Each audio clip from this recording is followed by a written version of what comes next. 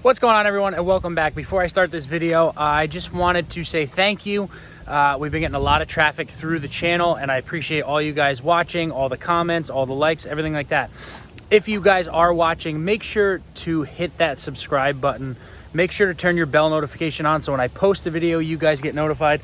Videos are going to be more and more frequent now that we're getting into the season and really getting going. So the more subscribers we have, the more likes, everything like that, that helps me and all of my projects tremendously. So for us to grow this channel, just keep subscribing, keep telling your friends, keep telling grandma, grandpa, your uncles, your mom, your dad, tell everyone about it. So we have a bunch going on. This video that you guys are about to watch was technically supposed to be part of the last video, the snowcross overview, but we got so detail oriented about the snowcross sled that I wanted to split them up.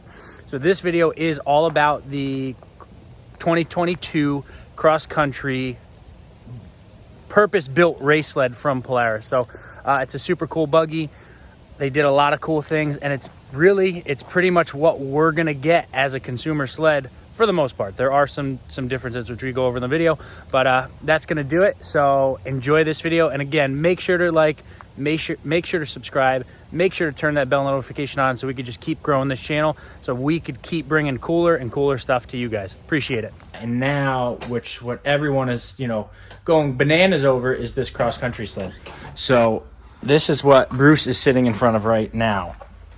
So this sled is definitely more of what you're used to and very close to a consumer sled. So this, they've built XCRs now for about 5 years when they brought the name back.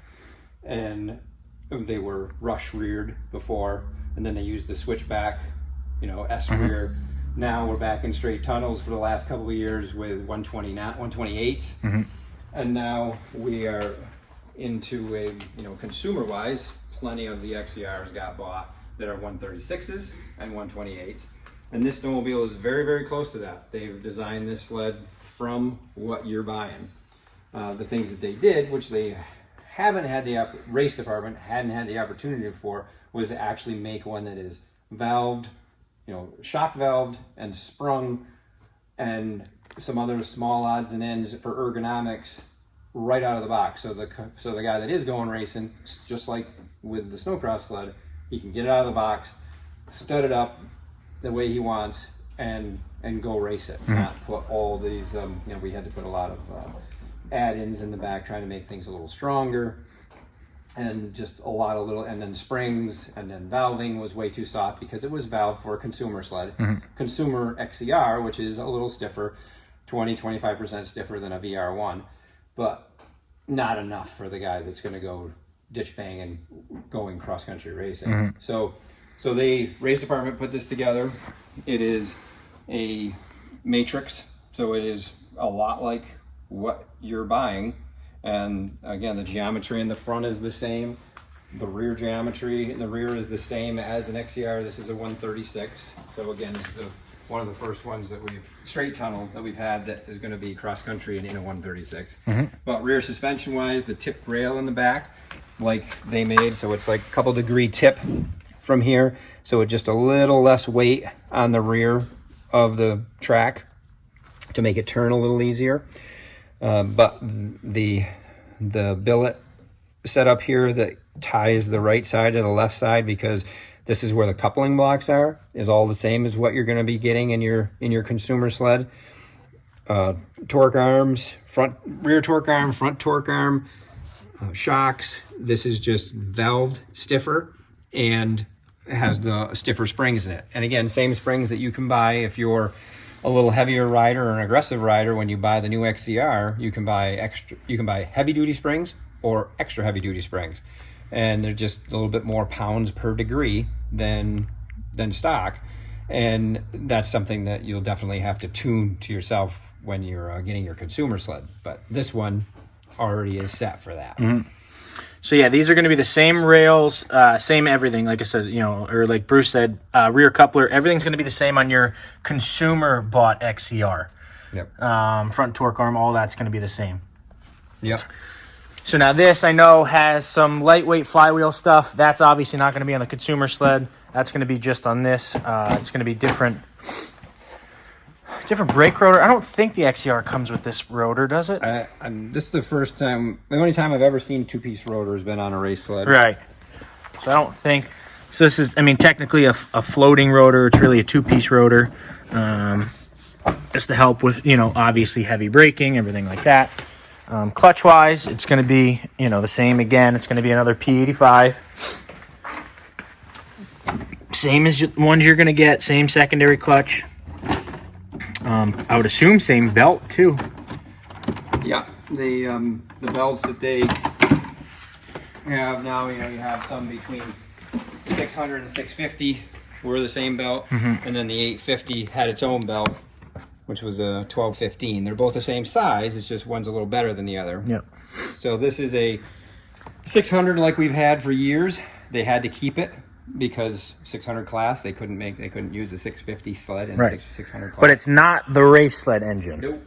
No, it is the 600 that we've had for quite a few years. They did some different pipe, different reeds, the lightweight stuff, just to get it more response. The tune is tuned to 91 non-ethanol fuel, so that is then there's no option. No option. Nope. They built this to do that. Yep. So, I mean, this is, for the most part, again, going to be your XCR, production XCR, whether you got a 650 or an 850, this is going to be pretty much it. Yep. There are some differences, and your shocks are going to look just like this. Yep. I mean, these units came with the high-low speed and then a rebound adjust. The consumer things are not going to have rebound adjust. It's on the back side of it, sorry. It's okay. And then in the rear skid, the rear shock is also rebound adjust, which is not going to be in a consumer sled. Consumer XCRs, you know, obviously everybody kind of talked about it already, but rear shock is a needle shock, which makes the sled conform a little bit more to small bumps. And then once you hit hard, it anti-bottoms. And velocity, just like what we talked about here. One of the differences here, as we talked about with the race sled, it takes a wrench to be able to do the clicker changes. This here, you're dealing with the red knob on the outside is high speed. So the more you turn this in, the stiffer it gets. And this affects fast movement of the shock.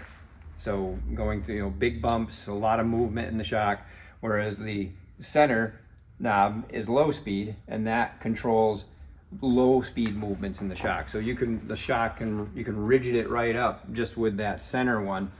And you know, if the snow is really soft and you want to have the sled stiffer because the snow is soft, you can rigid it up with both of those. But when you're out and it's bumpy but it's hard, you can turn in that high speed so that you're not bottoming on your fast high speed bumps, but you can leave that low speed out some so that it's conforming and it's not so rigid right at your wrists.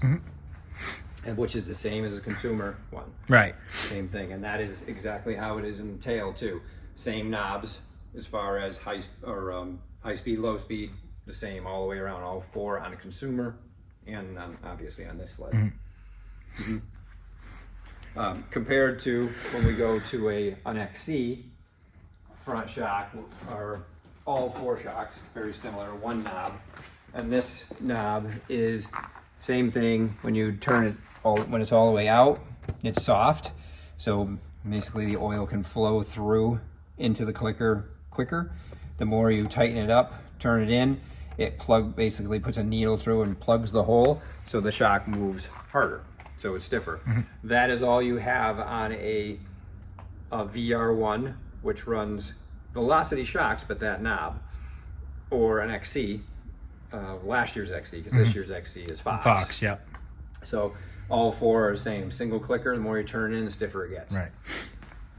But that's really the basics of the two Polaris, race sled. That is a race sled at this point in time. So I just wanted to go over that. It's really cool to see. Again, we're all the race department stuff is going. It's pretty, incredible. And that is ultimately, again, like Bruce said, that's what builds our production trail sled. That snowmobile comes with 8-inch carbide under it, 8-inch Woody's carbide under it. And so does the XCR consumer sled, 8-inch Woody's carbides. So every other one usually comes with 4-inch Woody's carbides, but XCR and that cross country have 8-inch under them. But yeah, so if you guys are wondering what goes into a race sled, what goes into the new cross country sleds, I mean, that's really, the best description that we could give. But if you guys have any questions, put it in the comments. I mean, I could, for the most part, answer anything, but if I get hung up on something, ask Bruce. He's always, ready to help. So that's going to do it for this video. Hope you guys enjoyed it.